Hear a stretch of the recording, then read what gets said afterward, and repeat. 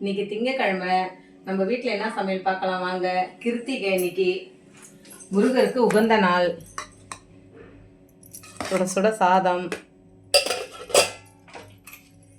கத்திரிக்காய், முருங்கைக்காய், மாங்காய் போட்டு சாம்பார், கேரட் எல்லாம் போட்டு காய் போட்டு சாம்பார், பீன்ஸு கேரட் பொரியல்,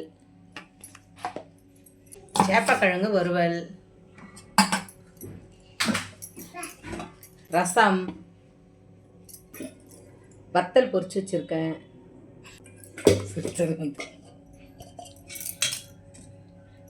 திணையில் பாயாசம் பண்ணியிருக்கேன்.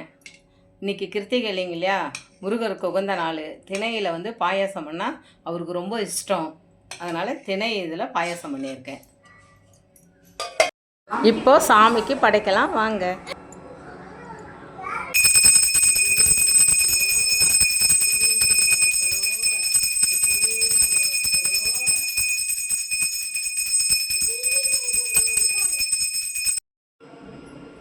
சாமிக்கு படைச்சாச்சு, வாங்க சாப்பிடலாம்.